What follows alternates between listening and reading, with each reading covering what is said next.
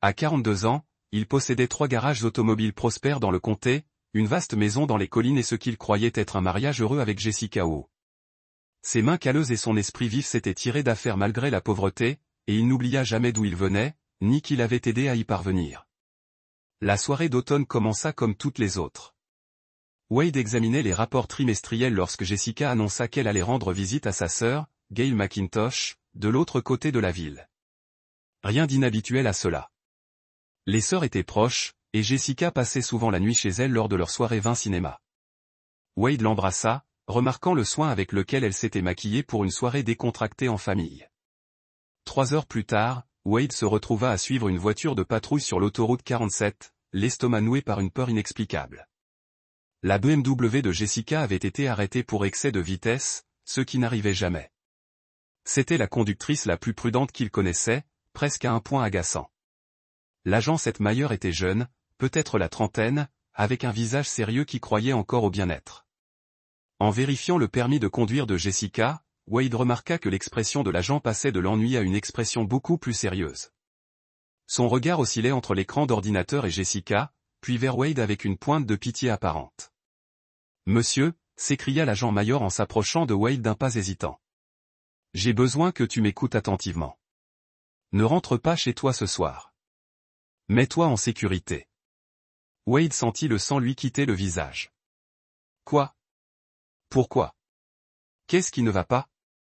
L'agent jeta un coup d'œil nerveux autour de lui, puis lui fourra un morceau de papier plié dans la paume. « Je ne peux pas l'expliquer maintenant. C'est horrible. Légalement, je ne peux rien faire. » Mais il marqua une pause, sa voix se réduisant à un murmure. « Cette femme n'est pas celle que tu crois. Et l'homme qui attend chez toi non plus. » Le monde de WDE bascula. « Quel homme ? » Lis le mot. « Ce soir, n'affronte personne. Sois juste intelligent. » L'agent Mayer rendit son permis à Jessica avec un sourire professionnel, mais Wade remarqua le dégoût qui traversa son visage. Alors que la voiture de patrouille s'éloignait, Jessica retourna à leur voiture, bavardant nerveusement sur le fait que l'agent était étrange et posait des questions. Wade hocha la tête distraitement, le mot brûlant comme de l'acide dans sa poche. Il suggéra qu'il dîne avant d'aller chez Gail, se donnant ainsi le temps de réfléchir. Au restaurant, Wade s'excusa et alla aux toilettes, dépliant le mot d'une main tremblante. « Votre femme voit Patrick Mullins depuis 8 mois ce soir. Il est chez vous en train de fouiller votre coffre-fort. Elle lui a donné la combinaison. Il y a plus. Beaucoup plus. Elle prépare ça depuis des années. Je suis désolé. J'aimerais pouvoir faire plus. Un ami qui se souvient que vous avez aidé sa famille quand personne d'autre ne le ferait. » Wade fixa les mots jusqu'à ce qu'ils deviennent flous. Patrick Mullins. Il connaissait ce nom. Patrick avait travaillé dans sa première boutique 5 ans auparavant. Un homme charmant, aux mains rapides et aux excuses encore plus rapides pour justifier ses manques d'argent. Wade l'avait licencié sans porter plainte, estimant que chacun méritait une seconde chance. Apparemment, Patrick préparait sa vengeance depuis. Mais Jessica, sa Jessica, était mariée avec lui depuis 15 ans. Ils avaient tout construit ensemble, survécu au cancer de sa mère, à la faillite de son père, à d'innombrables épreuves qui auraient dû les rapprocher. Wade replia le mot et retourna à la table, le visage prudent. Masque. Jessica envoyait un texto, son téléphone pointé loin de lui, chose qu'il n'avait jamais remarquée auparavant, mais qui lui semblait désormais flagrante. « Tout va bien, chérie ?» demanda-t-elle sans lever les yeux. « Parfait, » répondit Wade. Et pour la première fois de son mariage, il voulait dire le contraire. Le trajet jusqu'à chez Gail fut une torture de 20 minutes. Jessica consultait constamment son téléphone, et Wade se surprit à répertorier tous ses mensonges, toutes ses nuits tardives au travail, tous ses week-ends passés à rendre visite à des amis de fac qu'il n'avait jamais rencontrés. Les fondations de sa vie ne se brisaient pas simplement. Il était révélateur qu'il n'y ait jamais eu de fondation. Lorsqu'ils arrivèrent chez Gail, Wade prétendit avoir une urgence professionnelle et qu'il devait rentrer. Le soulagement de Jessica était si palpable qu'il en était presque comique. Elle l'embrassa du même baiser qui avait probablement embrassé Patrick Mullins. Et Wade dut serrer le poing pour ne pas lui arracher la gorge à cet instant précis. Mais Wade n'avait pas bâti un empire commercial sur un coup de tête. Il avait appris la patience de son père, la stratégie de son grand-père et la cruauté de la rue qui avait tenté de le maîtriser. Si Jessica et Patrick pensaient pouvoir détruire tout ce qu'il avait construit, ils allaient bientôt comprendre l'erreur qu'ils avaient commise.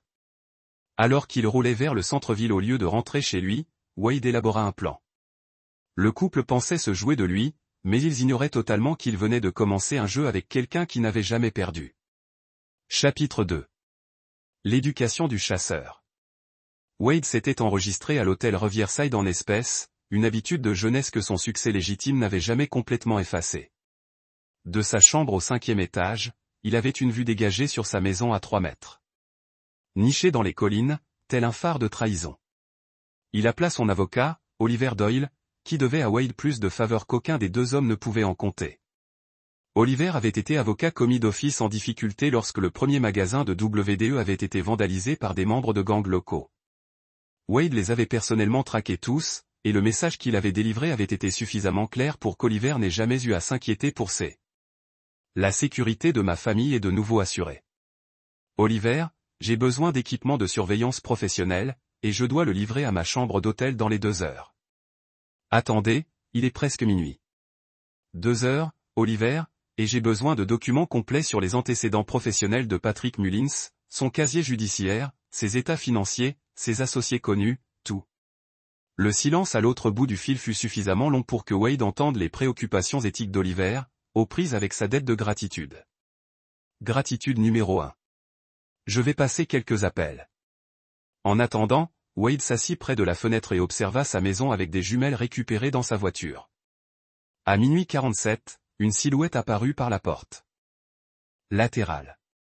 Sa porte latérale, la seule que seule la famille était censée utiliser. Même à cette distance, Wade pouvait distinguer l'allure fanfaronne caractéristique de Patrick. Sa façon de se déplacer comme s'il était le maître de l'espace qu'il occupait. Patrick portait quelque chose. Un sac. Un sac qui ressemblait étrangement à la réserve d'argent d'urgence que Wade gardait dans son bureau. Le téléphone de WDE vibra, un SMS de Jessica qui séjournait chez Gail ce soir. Elle traverse une période difficile. Je t'aime. Il ne répondit pas. Oliver arriva en personne à 2h15 du matin, portant une mallette qui semblait appartenir à un détective privé. Traceur GPS, surveillance audio, micro-caméra et un dossier numérique complet sur ton ami Mullins. Il marqua une pause. Wade, quoi que tu envisages de faire, je pense à protéger ce qui m'appartient. Le système judiciaire. Le système judiciaire protège les gens comme eux. La voix de WDE était plate, sans émotion. Je protège les gens comme moi. Oliver partit sans un mot, et Wade passa l'heure suivante à étudier la vie de Patrick Mullins comme un général étudiant le territoire ennemi. Cet homme était un narcissique classique, avec une longue histoire de séduction de femmes mariées, de vidage de leurs comptes bancaires et de disparition avant que les conséquences ne le rattrapent. Il l'avait fait dans 3 États différents, toujours à la limite des accusations criminelles. Mais Patrick avait commis une erreur cruciale cette fois. Il avait choisi Wade Woss. Oui, commença par le matériel de surveillance, planifiant les points d'entrée et les angles de prise de vue. Mais en étudiant le comportement de Patrick, un plan bien plus élégant commença à prendre forme. Patrick n'était pas qu'un voleur. Il était prévisible. Il suivait toujours la même stratégie, séduire sa femme, accéder à des finances, créer une dépendance, puis soutirer tout ce qu'il pouvait avant de passer à autre chose. Le schéma suggérait que Patrick voudrait détruire complètement la vie de WDE, pas seulement le voler. Cela signifiait que ce n'était pas seulement une question d'argent. C'était une question de pouvoir, d'humiliation, de conquête totale du monde d'un autre homme, ce qui signifiait que Patrick deviendrait imprudent, car il avait déjà fait cela sans jamais en subir les conséquences réelles. Wade sourit pour la première fois depuis la lecture de la note de l'officier. Patrick Mullins ignorait ce que pouvaient être les conséquences réelles. À l'aube, Wade avait un plan préliminaire. Il donnerait à Patrick exactement ce qu'il voulait. Un accès total au monde de Wade. Mais comme une araignée tendant sa toile à une mouche, cet accès se transformerait en piège. Le téléphone de Wade sonna. Jessica, salut chérie. Comment s'est passée votre urgence? Bien. Juste un problème avec le contrat Morrison. Le mensonge est venu facilement. Comment va Gail? Mieux. Écoute, je devrais peut-être rester une nuit ou 2 de plus. Elle est vraiment en difficulté. Bien sûr. Prends soin de ta sœur. Après avoir raccroché, Wade chercha le numéro de téléphone de Gail McIntosh. Il était temps de vérifier l'ampleur de la supercherie de Jessica. Gail, c'est Wade. Je voulais juste prendre de tes nouvelles et m'assurer que tu allais bien. La confusion dans la voix de Gail était suffisante. Elle allait bien, n'avait pas vu Jessica depuis 2 semaines et ne comprenait pas de quoi Wade parlait. WDE la remercia et raccrocha, ajoutant un autre mensonge à son registre mental. Jessica ne l'avait pas seulement trahi. Elle avait créé toute une réalité alternative pour y parvenir. Les visites de sa sœur, les urgences professionnelles, les week-ends entre filles. Combien la vie de sa femme était fictive, mais Wade avait grandi dans la rue avant de bâtir son empire. Et s'il y avait une chose que la rue lui avait apprise, c'est que ceux qui vivaient dans l'imaginaire mouraient quand la réalité les appelait. Il était temps de faire découvrir la réalité à Patrick et Jessica. Chapitre 3. Les fondements de la guerre. Wade rentra chez lui cet après-midi-là, arpentant sa maison tel un enquêteur. Tout semblait normal, mais il savait désormais quoi chercher. Le coffre-fort de son bureau avait été ouvert et fermé, mais celui qui l'avait fait était habile. Aucune rayure sur la serrure. Aucun motif de poussière perturbé. Professionnel. Il vérifia la caméra cachée qu'il avait installée dans son bureau des années auparavant après une alerte au cambriolage. L'horodatage montrait Patrick Mullins dans l'espace privé de WDE à 23h23, photographiant des documents, reproduisant des fichiers et empochant ce qui semblait être la réserve d'argent de secours et les cartes de crédit de secours de WDE. Mais le moment le plus glaçant fut celui où Patrick brandit la photo de mariage de WDE, lui sourit comme s'il partageait une blague privée, puis la posa soigneusement face cachée sur le bureau. Wade visionna la vidéo 3 fois, mémorisant chaque détail des mouvements de Patrick, ses expressions, sa violation désinvolte de tout ce qu'il considérait comme sacré. Puis il prit une décision aux conséquences bien au-delà de ce que Jessica et Patrick pouvaient imaginer. Il appela son vieil ami Clarence Combe. Clarence dirigeait un cabinet de conseil en sécurité. C'était une façon polie de dire qu'il gérait des problèmes impossibles à résoudre par la voie légale. Ils avaient grandi dans le même quartier. Et lorsque la fille de Clarence avait dû subir une opération chirurgicale non prise en charge par l'assurance, Wade l'avait payée sans qu'on lui demande. Ce genre de dette était plus profond que l'argent. Clarence, j'ai besoin d'une équipe complète. Surveillance, contre-surveillance et protection des biens. Et j'ai besoin de gens qui comprennent que certains problèmes nécessitent des solutions permanentes. De quelle permanence parlons-nous, Wade? Je te le dirai. En quelques heures, la maison de WDE était équipée d'un matériel de surveillance professionnelle qui faisait passer le dispositif d'Oliver pour un jouet d'enfant. Mais surtout, Clarence avait fourni une information encore plus précieuse. Votre fils Patrick a des dettes, a rapporté Clarence lors d'un dîner dans une aire de repos en dehors de la ville. De lourdes dettes envers des gens sérieux. Il doit de l'argent à des spécialistes russes de l'import-export qui n'acceptent pas les plans de paiement. Il paraît qu'il a besoin d'un gros coup vite, sinon il aura plus de problèmes qu'une femme infidèle ne peut en résoudre. Combien doit-il? 1/4 million plus les intérêts qui s'accumulent quotidiennement. Wade il s'est adossé à son box. Les pièces du puzzle s'assemblaient. Jessica n'est donc pas seulement sa cible, elle est sa bouée de sauvetage. Ça va mieux. J'ai vérifié l'activité financière de votre femme. Elle transfère de l'argent depuis des mois. De petits montants, sur différents comptes, toujours juste en dessous. Des seuils de déclaration. Quelqu'un lui a appris à blanchir de l'argent sans déclencher d'alerte. La serveuse a resservi du café à WDE et il a attendu qu'elle soit partie avant de parler. Combien? Selon sa meilleure estimation? Elle a transféré environ 400 000 $ au cours de l'année écoulée. De l'argent provenant de vos comptes professionnels, de vos économies personnelles, et même de petites sommes de votre fonds de retraite. La vision de WDE s'est embrassée. Pour 100 000 $. De l'argent qui représentait des années de journée de 18 heures. Des transactions conclues dans des ruelles et des salles de réunion. Des risques qui ont payé à la sueur de son front et à la seule force de sa volonté. Il y a plus, a poursuivi Clarence.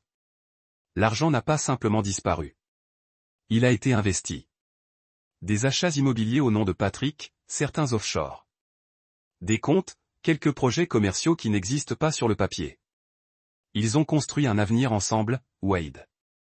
Un avenir financé par ton passé. Wade posa sa tasse de café avec une précaution délibérée. Je veux tout savoir. Chaque compte, chaque achat, chaque mensonge qu'ils se sont racontés. Je veux savoir ce qu'ils mangent au petit déjeuner et ce dont ils rêvent la nuit. Et puis Wade croisa le regard de son vieil ami et Clarence y vit quelque chose qui le réjouit qu'ils soient du même côté. Alors je vais leur donner exactement ce qu'ils méritent. Cette nuit-là, Wade était allongé dans son lit, le lit qu'il avait partagé avec Jessica pendant 15 ans, et fixait le plafond. Demain, il mettrait en œuvre un plan qui ferait passer la trahison de Patrick et Jessica pour un jeu d'enfant. Il pensait lui voler sa vie, mais ils allaient découvrir que certains hommes ne peuvent pas être volés. On ne peut que les réveiller. Son téléphone vibra, un autre SMS de Jessica. Tu me manques à la maison demain soir. J'ai hâte de te voir. Wade tapa de retour. J'ai hâte aussi. Il faut qu'on parle de notre avenir. Pour une fois, il disait vrai. Chapitre 4. L'immensité du web. Wade se réveilla avant l'aube et suivit sa routine matinale comme un homme se préparant à la guerre. Café, douche, entraînement à la salle de sport. Puis un visionnage attentif des images de surveillance de la veille. Jessica était rentrée à 2h47, se déplaçant dans la maison comme un fantôme, vérifiant constamment son téléphone, allant même jusqu'à renifler l'oreiller de Wade pour voir s'il était passé. Lorsqu'elle se réveilla enfin à 9h30, Wade était déjà parti, soi-disant pour travailler, mais en réalité pour commencer la première phase de son plan. Sa première étape fut le bureau de Maria Gamble, une détective privée spécialisée dans les crimes financiers. Maria avait aidé Wade à enquêter sur un associé potentiel des années auparavant et avait découvert des détournements de fonds qui l'avaient sauvé d'une fusion désastreuse. Elle était minutieuse, discrète et n'hésitait pas à opérer dans les zones d'ombre juridiques. J'ai besoin des profils financiers complets de ces deux-là, dit Wade en glissant. Des photos de Jessica et Patrick s'étalaient sur son bureau. Chaque compte, chaque transaction, chaque actif, légal et illégal. Maria examina les photos. Ta femme, ma future ex-femme. Ça ne va pas être donné, Wade. Les enquêtes financières approfondies demandent du temps et des ressources. Wade posa une mallette sur son bureau et l'ouvrit. 50 000 en liquide. Combien de temps te faut-il? 72 heures. Tu en as 48. Ensuite, Wade rendit visite à son comptable, Howell Stevens, qui gérait la comptabilité de ses 3 garages. Howell était méticuleux jusqu'à l'obsession, ce qui le rendait parfait pour ce dont Wade avait besoin. Al, j'ai besoin que tu restructures tout. Transfère la propriété des garages à une nouvelle société, transfère tous les actifs liquides sur des comptes auxquels Jessica n'a pas accès et crée une trace écrite montrant que les entreprises sont en difficulté financière. Le visage de Al pâlit. Wade, si tu es en instance de divorce, cela pourrait être considéré comme de la dissimulation d'actifs. Les tribunaux ne seront pas impliqués. Le ton de Wade était neutre. Je ne comprends pas divorcer. Comment obtenir justice? Le changement dans sa voix fit cesser les questions de Al. Dans l'après-midi, Wade avait visité chacun de ses magasins, soi-disant pour des inspections de routine, mais en réalité pour semer les graines d'un plan bien plus vaste. Il s'entretint en privé avec des employés clés, posant des questions soigneusement élaborées sur la loyauté, sur ce qu'il ferait si l'entreprise était confrontée à de graves menaces, sur leur capacité à préserver la confidentialité des informations sensibles. Wade avait appris depuis longtemps que la loyauté ne s'achète pas, mais se cultive. Chacun de ses interlocuteurs se souvenait de gestes de gentillesse précis, les primes de Noël quand leurs enfants avaient besoin d'une opération chirurgicale. Les promotions quand d'autres magasins refusaient de les embaucher, les secondes chances quand leurs propres erreurs auraient pu leur coûter tout. Le soir, Wade avait rassemblé un réseau d'alliés prêts à tout pour protéger celui qui les avait protégés. La dernière étape de la journée fut la plus importante, une rencontre avec James Hernandez, un homme dont le titre officiel était consultant en affaires, mais dont la fonction réelle était de résoudre des problèmes impossibles à résoudre par les moyens conventionnels. Ils se rencontrèrent dans un club privé du centre-ville, le genre d'endroit où les conversations n'étaient pas enregistrées. Et les abonnements ne s'achètent pas seulement avec de l'argent.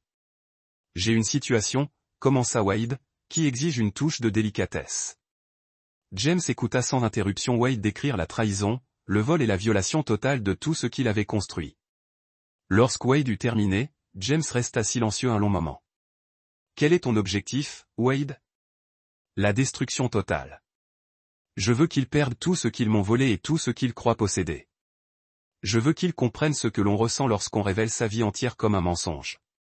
Et s'ils se défendent, le sourire de Wade était froid. Ils sont les bienvenus. James hocha lentement la tête. Ce n'est pas qu'une question d'argent, n'est-ce pas? Non, c'est une question de respect, de conséquence, d'apprendre à deux personnes qu'il y a des hommes dans ce monde qu'on ne peut pas voler, seulement qu'on peut réveiller. Je peux mettre les ressources en place d'ici une semaine. Tu as 3 jours. Nous sommes rentrés chez nous et avons trouvé Jessica en train de préparer le dîner, fredonnant doucement, jouant le rôle d'une épouse dévouée avec une expertise qui aurait été admirable si elle n'était pas si complètement faux. Elle l'embrassa à son entrée, et Wade dut réprimer l'envie de lui saisir la gorge et d'exiger la vérité. Au lieu de cela, il joua son propre rôle. Le mari confiant, l'homme d'affaires prospère, l'homme trop à l'aise dans sa vie pour remarquer qu'on la démantelait systématiquement autour de lui. Comment était le travail? Demanda Jessica, la voix pleine d'une fausse inquiétude.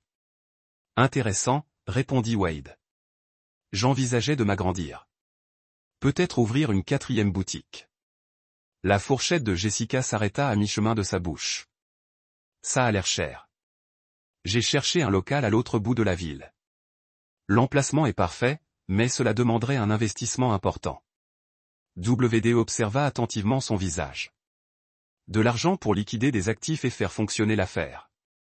L'éclair de panique dans les yeux de Jessica fut si bref qu'il aurait pu passer inaperçu, mais Wade le vit, le catalogua et le rangea pour une utilisation ultérieure. On devrait peut-être discuter ensemble des décisions financières importantes, dit Jessica prudemment. Bien sûr, après tout, nous sommes partenaires en tout. Cette nuit-là, alors que Jessica dormait à ses côtés, Wade restait éveillé, planifiant la destruction systématique de 2 personnes qui avaient commis l'erreur de croire que Wade Wu n'était qu'une cible parmi d'autres à escroquer et à éliminer.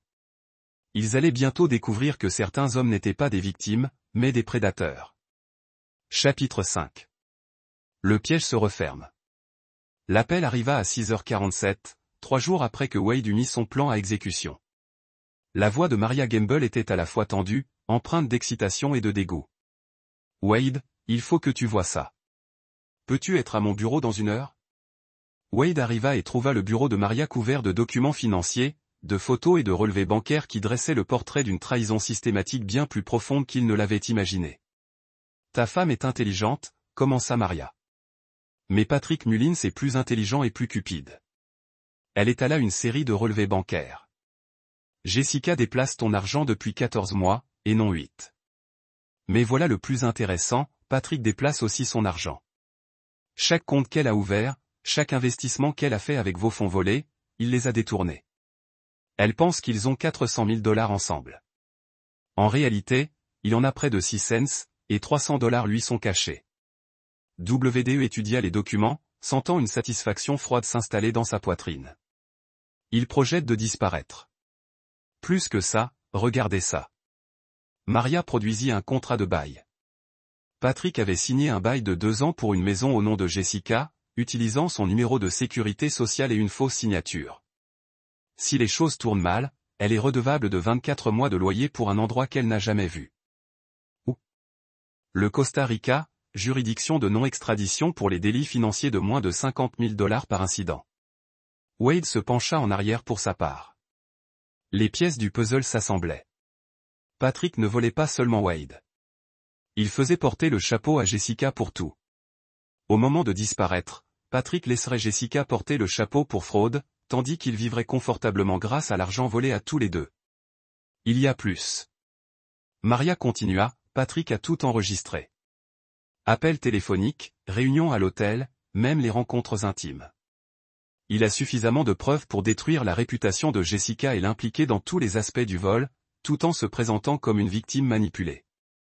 Wade éprouva quelque chose qui aurait pu être de l'admiration pour la dévotion de Patrick si elle n'avait pas visé à détruire la vie de Wade.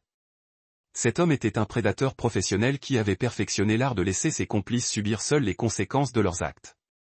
Mais Patrick avait commis une erreur cruciale. Il avait supposé que Wade Wu n'était qu'une cible parmi d'autres. J'ai besoin de copies de tout, dit Wade. Et j'ai besoin que tu fasses encore une chose. Cet après-midi-là, Wade mit en œuvre la phase suivante de son plan. Il appela Jessica au travail et lui proposa de le retrouver pour déjeuner dans leur restaurant préféré, la même où ils avaient eu leur premier rendez-vous 16 ans plus tôt. Jessica arriva, belle et nerveuse, consultant constamment son téléphone, une habitude que Wade reconnut désormais comme une habitude de Patrick. J'ai réfléchi à notre avenir, commença Wyatt, reprenant un texto qu'il avait envoyé la veille. À propos de ce qu'on attend de la vie. Qu'est-ce que tu veux dire? Wade sortit un dossier et le posa sur la table entre eux. Je pense qu'il est temps pour nous de faire des changements. De grands changements. Jessica pâlit lorsqu'elle ouvrit un dossier et vit le premier document. Une annonce immobilière pour une maison au Costa Rica, avec photos et compromis de vente. Attendez, qu'est-ce que c'est? Notre nouvelle vie. J'envisage de prendre une retraite anticipée, peut-être de déménager là où nous pourrions être vraiment nous-mêmes. Wade observa attentivement le visage de Jessica. J'ai trouvé cet endroit grâce à un associé, Patrick Mullins. Vous vous souvenez de Patrick, n'est-ce pas? Il travaillait pour moi. La main de Jessica tremblait en tournant les pages. Je ne comprends pas. Patrick m'aide à me renseigner sur la vie d'expatrié. Les impôts, le droit de la propriété, les meilleures façons de transférer des actifs à l'international sans déclencher la surveillance gouvernementale. La voix de WDE était décontractée, sur le ton de la conversation. Il a une certaine expérience de la finance internationale. Le visage de Jessica se vida lorsqu'elle réalisa que Wade décrivait exactement ce qu'elle et Patrick avaient fait de son argent. Mais il y avait plus. Wade le décrivait comme si c'était son idée, comme s'il prévoyait de le faire légalement et ouvertement. Attendez, je ne pense pas que Patrick ait suggéré que nous liquidions la plupart de nos actifs nationaux et les réinvestissions à l'étranger. Il estime que nous pourrions tout transférer en un mois si nous agissons rapidement. Le téléphone de Jessica vibra, un SMS lui parvint. Elle y jeta un coup d'œil et Wade vit son visage passer du pâle au gris. Quoi que Patrick venait de lui envoyer, ce n'était pas une bonne nouvelle. Je dois y aller, dit soudain Jessica en fermant le dossier. Je ne me sens pas bien. Bien sûr. Prends le dossier. Regarde-le et on en discutera ce soir. Wade regarda Jessica sortir précipitamment du restaurant, serrant le dossier comme s'il s'agissait de la preuve de sa propre exécution, ce qui était en quelque sorte le cas, car Jessica devait maintenant choisir. Il avertit Patrick que Wade était au courant de leur plan, risquant de révéler toute leur relation, ou se taire et espérer que l'intérêt de Wade pour le Costa Rica était une coïncidence. Les deux choix aboutiraient au même résultat. Patrick comprendrait que la situation était devenue trop dangereuse et commencerait à mettre en œuvre sa stratégie de sortie, ce qui signifiait qu'il commencerait à se séparer de Jessica. Le téléphone de WDE vibra, un SMS de Clarence lui parvint. Colis livré. La phase 3 était prête à commencer. Ce soir-là, Wade rentra et trouva Jessica arpentant la cuisine. Le dossier Costa Rica ouvert sur le comptoir, son téléphone collé à son oreille. Elle raccrocha brusquement en le voyant. « Tout va bien ?» demanda Wade. « Bien. Juste des trucs de boulot. » Le sourire de Jessica était forcé. « J'ai examiné ces documents. C'est une idée intéressante, mais on devrait peut-être y réfléchir davantage. En fait, j'espérais qu'on pourrait accélérer les choses. Patrick pense qu'il y en a peut-être. Des changements réglementaires sont à venir, ce qui pourrait compliquer les transferts. » Le visage de Jessica affichait une série de micro-expressions. Peur, confusion, calcul, désespoir. Wade les énuméra toutes. On devrait peut-être rencontrer Patrick ensemble, dit-elle enfin.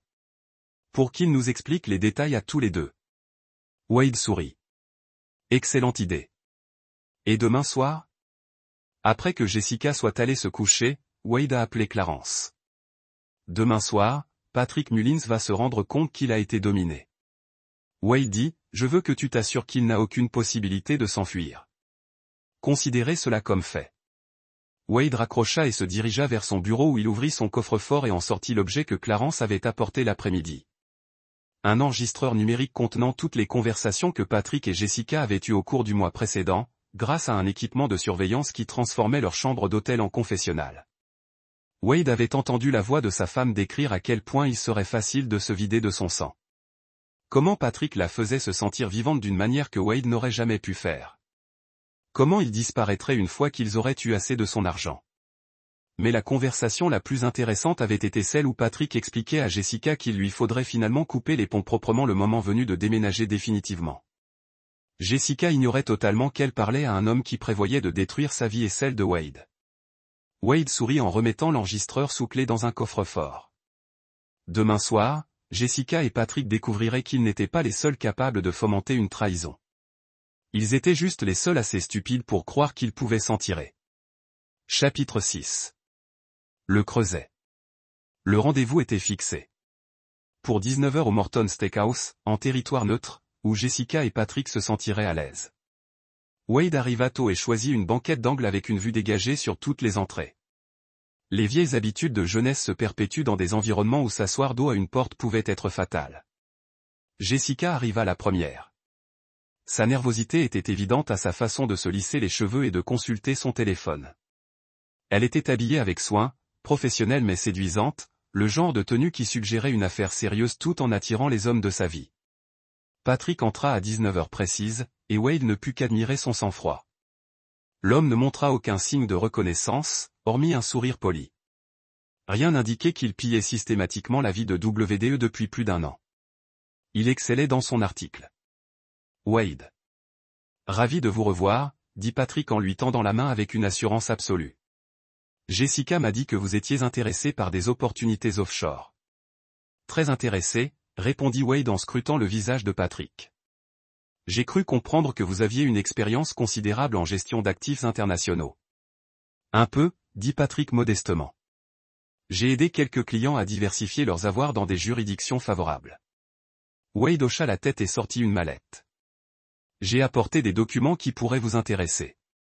Le regard de Patrick se porta sur la mallette, puis sur Jessica, qui était restée parfaitement immobile. Wade ouvrit la mallette et en sortit 3 dossiers qu'il déposa sur la table avec une précision délibérée. Le premier dossier contient les états financiers de mes entreprises des 18 derniers mois. Wade commença. Chiffre d'affaires, dépenses, transfert d'actifs, comme d'habitude. Patrick se détendit légèrement. C'était un terrain familier. Le deuxième dossier contenait des photos de surveillance prises au cours du mois précédent. Le visage de Patrick resta inchangé, mais Wade remarqua le léger serrement de ses yeux. Jessica émit un léger son qui ressemblait à un gémissement.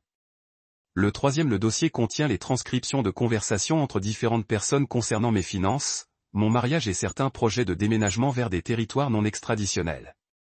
Un profond silence s'ensuivit. La main de Patrick avait cessé de bouger vers son verre d'eau. Jessica fixait les dossiers comme des serpents venimeux. Wade poursuivit la conversation. On peut en discuter entre personnes civilisées ou impliquer d'autres parties. À toi de voir. Patrick se remit le premier, comme Wade s'y attendait. Les prédateurs sont toujours prompts à évaluer les nouvelles menaces. Wade, je pense qu'il y a un malentendu. Pas de malentendu. Wade ouvrit le premier dossier et en sortit un relevé bancaire. Jessica, pourriez-vous expliquer à Patrick pourquoi votre signature figure sur cette autorisation de retrait de $50 000 de mon compte professionnel? Le visage de Jessica se décomposa. Allez, s'il vous plaît. Ou Patrick, pourriez-vous expliquer pourquoi vous êtes désigné comme bénéficiaire d'une assurance vie que Jessica a souscrite sur moi il y a 6 mois? Cela attira l'attention de Patrick. Wade avait gardé cette révélation pour un impact maximal, et une expression de surprise sincère sur le visage de Patrick le lui indiqua. Tout ce qu'il avait besoin de savoir. Patrick n'était pas au courant de la police d'assurance, ce qui signifiait que Jessica avait prévu des imprévus qui n'incluaient pas son amant. Assurance vie. La voix de Patrick était soigneusement contrôlée, mais Wade sentait en dessous le bord de la trahison. 2 millions de dollars, a déclaré Wade, avec Jessica comme bénéficiaire principale et Patrick Mullins comme bénéficiaire secondaire. Arrangement intéressant, vous ne trouvez pas? Patrick se tourna vers Jessica avec une expression qui aurait été terrifiante si Wade n'avait pas autant apprécié. Vous n'avez mentionné aucune police d'assurance. Je voulais nous protéger. Protégez-nous ou protégez-vous.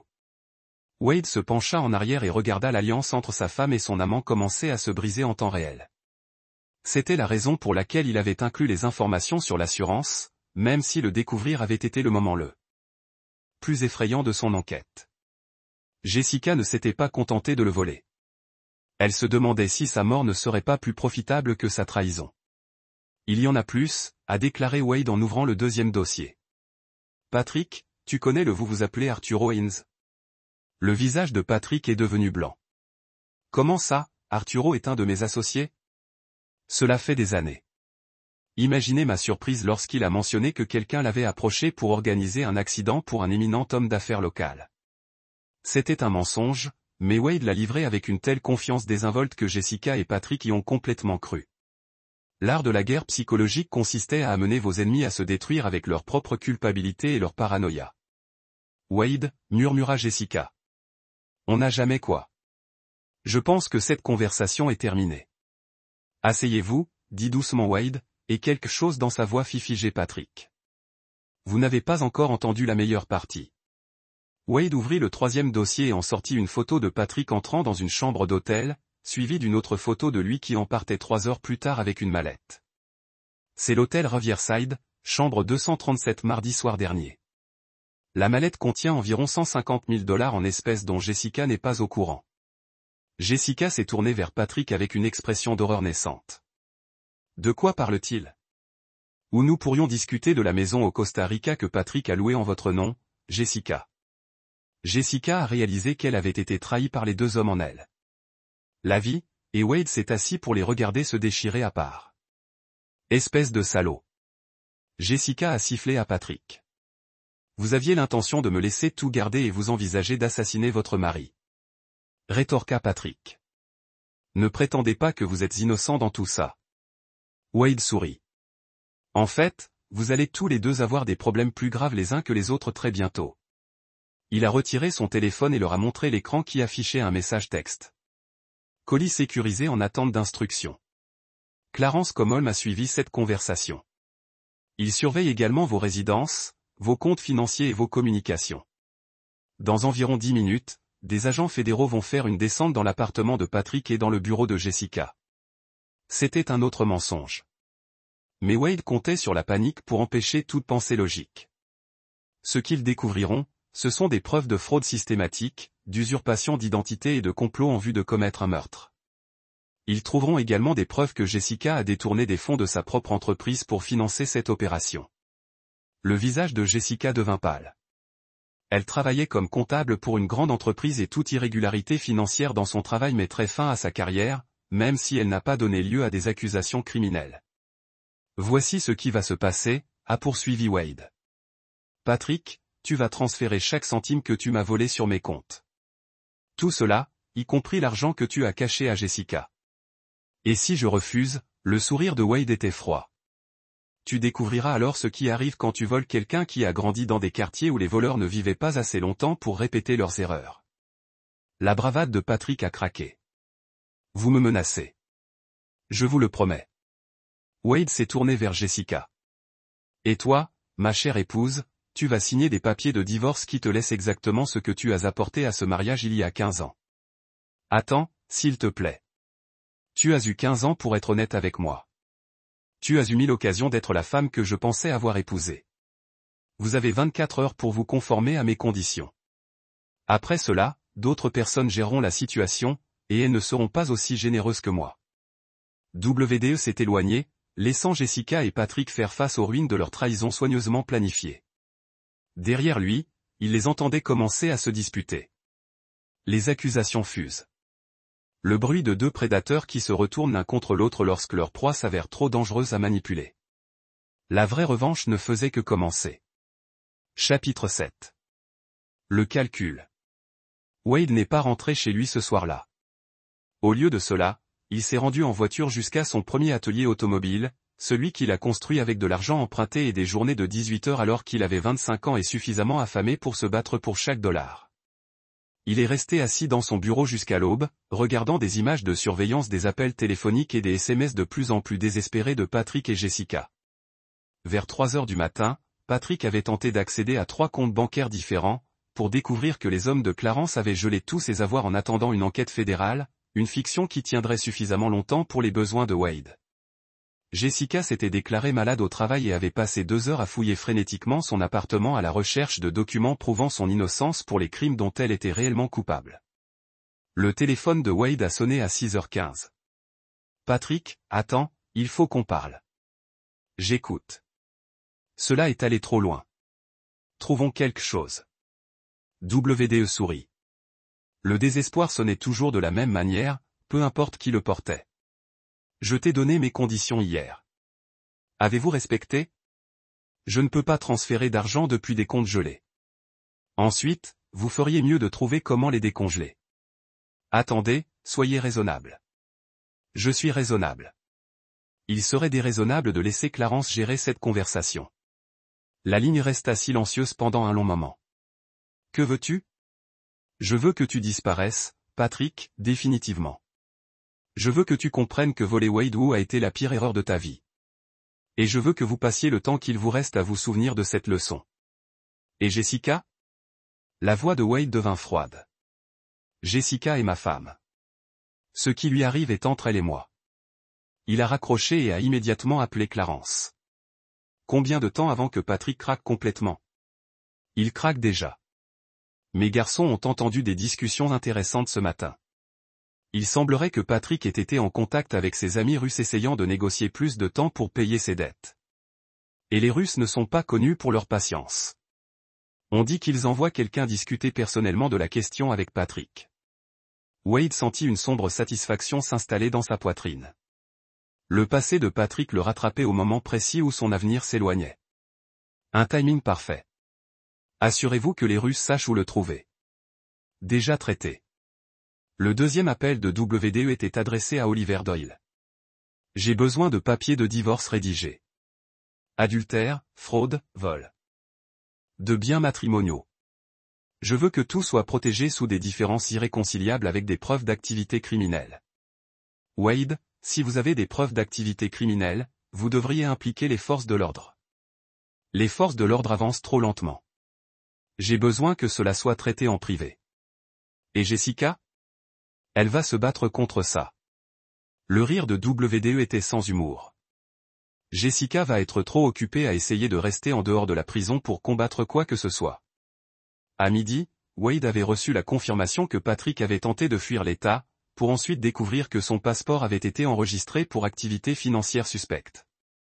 La TSA l'avait détenu pendant 3 heures avant de le relâcher avec un avertissement indiquant que son voyage était surveillé. Le troisième appel de WDE de la journée était destiné à Jessica. Nous devons nous rencontrer. Sa voix était tremblante, vaincue. Je signerai ce que tu veux. Bien. Le bureau de mon avocat. 15 heures Wade, je suis désolé. Je sais que cela ne veut plus rien dire, mais je suis désolé. Wade réfléchit un instant. Non, tu n'es pas désolé de l'avoir fait. Vous êtes désolé de vous être fait prendre. Il y a une différence. La procédure de divorce a duré moins d'1 heure. Jessica a signé chaque document sans les lire, ses mains tremblantes d'épuisement et de peur. Quand ce fut fini, elle regarda Wade avec les larmes aux yeux. Que se passe-t-il maintenant? Maintenant, vous apprenez à vivre avec les conséquences de vos choix. Allez-vous porter plainte? Wade étudia le visage de son ex-femme, voyant peut-être pour la première fois la personne qu'elle était réellement sous le masque qu'elle portait depuis 15 ans. Faible, égoïste, prête à détruire n'importe qui pour obtenir ce qu'elle voulait, mais finalement une petite personne qui avait commis l'erreur d'essayer de prier pour quelqu'un de plus fort. Non, dit-il finalement. Vous n'en valez pas la peine. Le soulagement sur le visage de Jessica était pathétique. En fait, elle pensait qu'elle s'en sortirait sans problème. Wade est sorti du bureau de l'avocat en homme libre, mais il n'avait pas terminé. Pas encore. Ce soir-là, il s'est assis dans son bureau et a passé un dernier appel. Clarence, il est temps. Tu es sûr de ça, Wade? J'en suis sûr. 2 heures plus tard, Wade a reçu un SMS avec une adresse et une heure. Il a traversé la ville en voiture jusqu'à un quartier d'entrepôt qu'il avait bien connu dans sa jeunesse. Des endroits où les problèmes étaient résolus de façon permanente et où les questions n'étaient pas posées. Patrick Mullins l'attendait, attaché à une chaise au centre d'un immeuble vide. Son visage était meurtri, ses vêtements déchirés et ses yeux exprimaient la terreur désespérée d'un homme qui avait enfin réalisé que le jeu était terminé. Pataugé. Patrick halta alors que Wade approchait. Dieu merci, ces hommes sont fous. Ils pensent que je leur dois de l'argent. WDE a pris une chaise et s'est assis face à Patrick. Vous devez de l'argent. $250 000 plus les intérêts. C'est impossible. Je n'ai jamais emprunté aux Russes. Non, mais vous avez volé de l'argent qui allait servir à les rembourser. La voix de WDE était calme et conversationnelle. Tu vois, Patrick, je fais affaire avec Arturo Haynes depuis des années. Lorsque j'ai eu besoin d'investisseurs pour ma première boutique, Arturo m'a mis en contact avec des financiers internationaux. Les Russes, en l'occurrence. Le visage de Patrick est devenu blanc. Vous les remboursez il y a des années. Je l'ai fait avec de l'argent qui t'appartenait techniquement puisque tu me l'avais volé. Wade sourit. Ce qui veut dire que vous leur devez l'argent que j'ai utilisé pour payer ma dette avec 15 ans d'intérêt composé.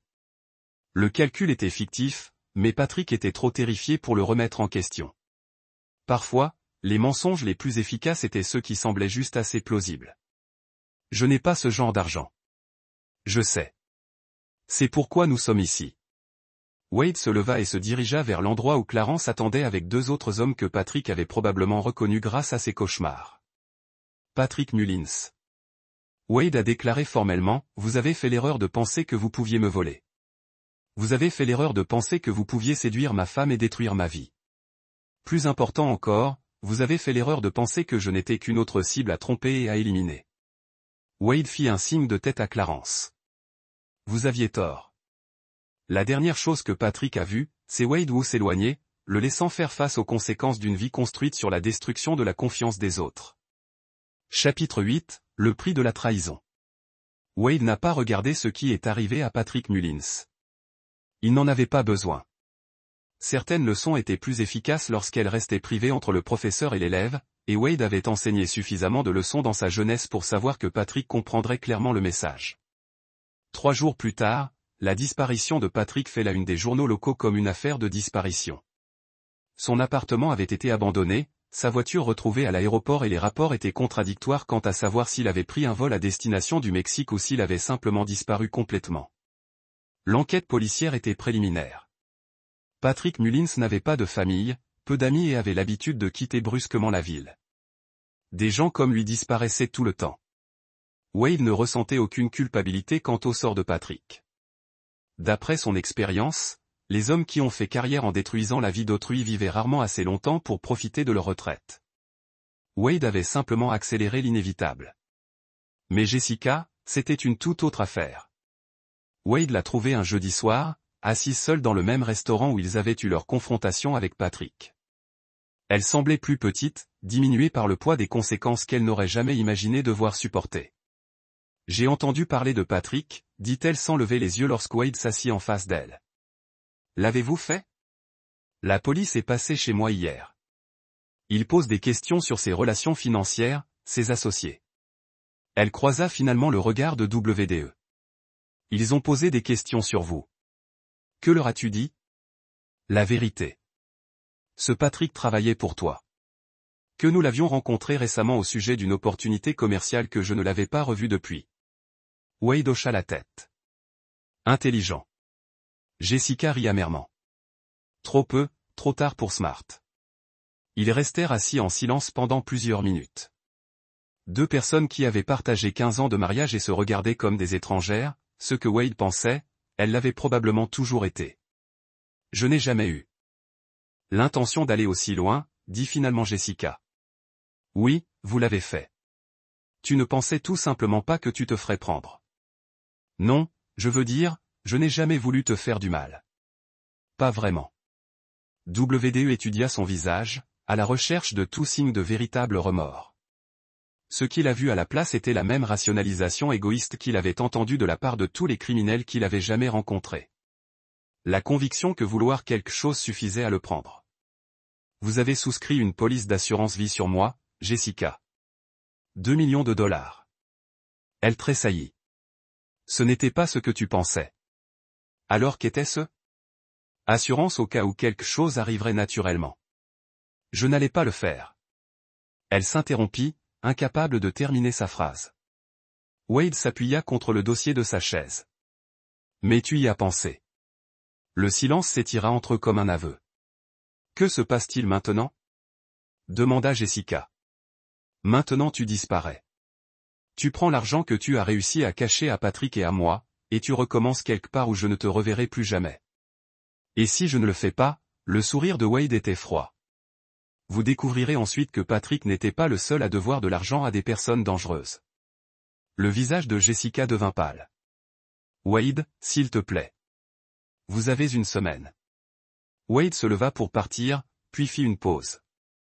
Encore une chose. Si jamais vous me contactez, si jamais vous essayez de revenir, si jamais j'entends à nouveau votre nom mentionné dans cette ville. Ce qui est arrivé à Patrick ressemblera à de la pitié comparé à ce qui vous arrive. Il s'éloigna sans se retourner, laissant Jessica contempler les ruines d'une vie qu'elle avait détruite par sa propre cupidité et sa trahison. Dehors, Wade est resté assis dans sa voiture pendant plusieurs minutes, ressentant quelque chose qui aurait pu être de la tristesse s'il était le genre d'homme à se livrer à de telles émotions. 15 ans de mariage se sont non seulement terminés, mais se sont révélés être un mensonge depuis le début. Mais Wade Wu avait survécu à des pertes encore plus graves. Il avait survécu à la pauvreté, à la violence et à la trahison de personnes en qui il avait plus confiance que Jessica. Il avait déjà bâti un empire à partir de rien, et il pouvait le refaire si nécessaire. Son téléphone sonna avec un SMS de Clarence. Colis traité. Pas de détails. Wade a supprimé le message et a démarré sa voiture. Demain, il entamerait le processus de reconstruction de sa vie sans le poids de personnes qui n'avaient jamais mérité sa confiance. Ce serait différent cette fois. Mieux parce que Wade Wu avait appris quelque chose de précieux de la trahison de Jessica et Patrick. La seule personne en qui il pouvait vraiment avoir confiance était lui-même. Et parfois, cela suffisait. Chapitre 9. La nouvelle fondation. 6 mois plus tard, Wade Wu se tenait dans le bureau de son 4e atelier automobile, regardant l'équipe du matin se préparer pour une autre journée.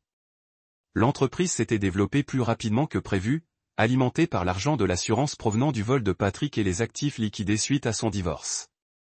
La compagnie d'assurance avait rapidement remboursé l'argent une fois que Wade avait fourni la preuve du détournement systématique de Patrick. Ils ont été satisfaits du rapport de police faisant état de la disparition de Patrick et n'ont montré aucun intérêt à enquêter davantage. Des gens comme Patrick disparaissaient tout le temps et les compagnies d'assurance préféraient des explications simples. Les problèmes juridiques de WDE avaient été minimes. Oliver Doyle avait tout parfaitement structuré. Le divorce, les transmissions d'entreprise, voire les réclamations d'assurance. La signature de Jessica sur divers documents avait fait d'elle la propriétaire légale de plusieurs dettes dont elle n'avait jamais eu connaissance. Même si Wade en ressortait propre et rentable, le nouveau magasin se trouvait dans le quartier de la ville où Wade avait grandi, un quartier qui s'était dégradé depuis qu'il l'avait quitté. Mais Wade se souvenait de ce que cela faisait d'être jeune et affamé et de chercher quelqu'un pour lui donner une chance. Il embauchait localement, payait bien et ne posait aucune question sur les antécédents de ses employés tant qu'ils se présentaient et travaillaient dur. Clarence Common passait toutes les quelques semaines, apparemment pour discuter de la sécurité des magasins, mais en réalité pour fournir des mises à jour sur les situations nécessitant une surveillance. Jessica a déménagé à Phoenix. Clarence l'a rapporté lors d'une de ses visites. Je travaille comme comptable pour un petit cabinet comptable. Profil bas, aucun contact avec quelqu'un de son passé. Bien. Tu veux que je la surveille? Nous avons réfléchi à cela. Jessica était brisée, exilée, vivant dans la peur de conséquences qui pourraient ne jamais survenir. C'était une punition appropriée pour quelqu'un qui avait tenté de détruire sa vie. Mais c'était aussi complet. Elle ne représentait plus aucune menace. Non, laisse-la partir. Clarence hocha la tête. Et l'autre question? Quelle autre affaire? Officier Setmeyer, celui qui vous a prévenu pour Jessica et Patrick. Wade se demandait quand cette conversation aurait lieu. L'officier maire avait risqué sa carrière pour avertir Wade du complot contre lui, et Wade n'a pas oublié de telles dettes. Et lui? Sa fille doit être opérée. Leucémie. L'assurance ne couvrira pas le traitement expérimental qui pourrait lui sauver la vie. Wade resta silencieux pendant un moment, se souvenant d'un autre jeune policier qui avait été confronté à des circonstances similaires il y a des années. Combien? 200 000. Gérez-le. Don anonyme par l'intermédiaire d'une des associations caritatives médicales. Considérez que c'est fait. Après le départ de Clarence, Wade a parcouru ses ateliers, discutant avec les employés, vérifiant les projets, entretenant les liens personnels qui ont fait de son entreprise plus qu'un simple service de réparation. Il a appris depuis longtemps que la loyauté se bâtissait sur d'innombrables petites interactions et non sur de grands gestes. Son téléphone sonna alors qu'il examinait les rapports d'inventaire. L'identification de l'appelant indiquait un numéro qu'il ne reconnaissait pas. Wade Wu. Monsieur Wu. Ici l'inspecteur Angela Maddox du département du shérif du comté. J'enquête sur la disparition de Patrick Mullins. J'espérais que vous disposeriez de quelques minutes pour répondre à quelques questions.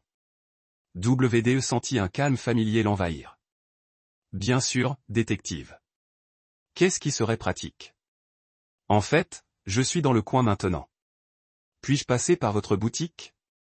Je serai là. Le détective Maddox est arrivé 20 minutes plus tard. Une femme d'âge moyen avec des yeux perçants et le genre d'attitude patiente qui suggérait qu'elle était très bonne dans son travail. Wade l'a rencontré dans son bureau, lui a proposé du café et lui a montré l'attitude serviable d'un homme d'affaires prospère qui n'a rien à cacher. Je comprends que Patrick Mullins travaillait pour vous, commença-t-elle. Oui, il y a environ 5 ans. J'ai dû le laisser partir pour vol.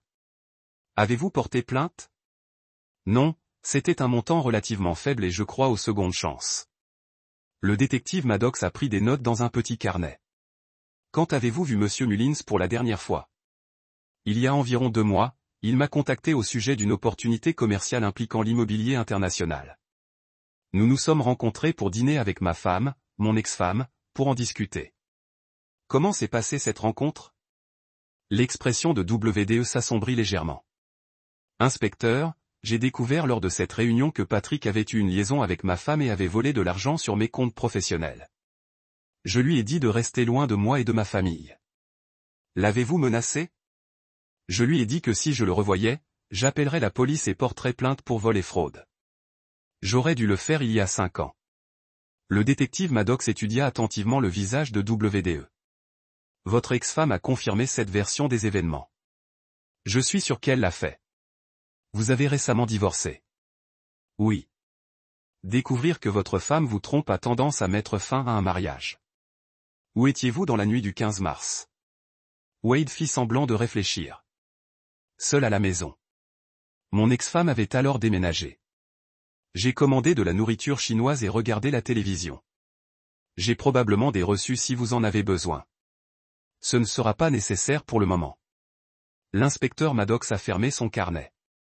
Monsieur Wu, avez-vous une idée de ce qui aurait pu arriver à Patrick Mullins? WDE resta silencieux pendant un moment, comme s'il réfléchissait sérieusement à la question. Le détective Patrick Mullins était un escroc professionnel qui avait fait carrière en volant des gens et en disparaissant avant d'en subir les conséquences. D'après ce que j'ai appris à son sujet au cours de notre enquête sur le vol, il avait des ennemis dans plusieurs États et devait de l'argent à des personnes très impitoyables. Quel genre de personnes? Le genre de personne qui n'appelle pas la police quand quelqu'un ne paie pas ses dettes. Le détective Maddox hocha lentement la tête. Merci pour votre temps, monsieur Wu. Si vous pensez à autre chose qui pourrait être utile, appelez-moi. Elle tendit sa carte à Wade et partit. Wade a attendu que sa voiture disparaisse du parking, puis a appelé Clarence. Nous venons d'avoir un visiteur. Je sais qu'elle pose des questions en ville depuis une semaine. Ce soir-là, Wade était assis dans son bureau, la même pièce où il a découvert la trahison de Jessica il y a 6 mois. Le coffre-fort contenait désormais différents documents, des polices d'assurance qui ne le protégeaient que lui, des relevés bancaires montrant des soldes sains qu'il contrôlait entièrement et des contrats commerciaux qui assureraient sa sécurité pour les années à venir. Il se demanda si chaque coup à la porte pourrait être quelqu'un venant recouvrer des dettes qu'elle ne comprenait pas. Il pensa à Patrick, dont la dernière leçon sur les conséquences avait été plus permanente que ce que Wade avait initialement prévu. Surtout, il pensait à l'avenir. Wade Wu avait 43 ans, était en sécurité financière et complètement libre de toute personne susceptible de le trahir. Monsieur Wu. Je ne le fais pas, je sais comment vous remercier pour ce que vous avez fait pour ma fille. Les médecins disent que le traitement fonctionne. Je n'oublierai jamais cette gentillesse. Wade sourit et supprima le message. Certaines dettes valaient la peine d'être payées et certaines faveurs méritaient d'être rendues. Mais pour l'instant, Wade Wu choisirait très soigneusement qui mériterait sa confiance et sa loyauté. Parce que Wade Wu avait appris la leçon la plus importante de toutes. Dans un monde plein de prédateurs, la seule façon de survivre était d'être le prédateur suprême. Et Wade était très doué pour survivre. Et voilà. Une autre histoire touche à sa fin. Qu'en as-tu pensé? J'aimerais entendre vos réflexions dans les commentaires ci-dessous. Si vous appréciez cette histoire, pensez à rejoindre notre communauté en vous abonnant. Cela représente tout le monde pour nous. Pour plus d'histoires comme celle-ci, regardez les vidéos recommandées à l'écran et à bientôt.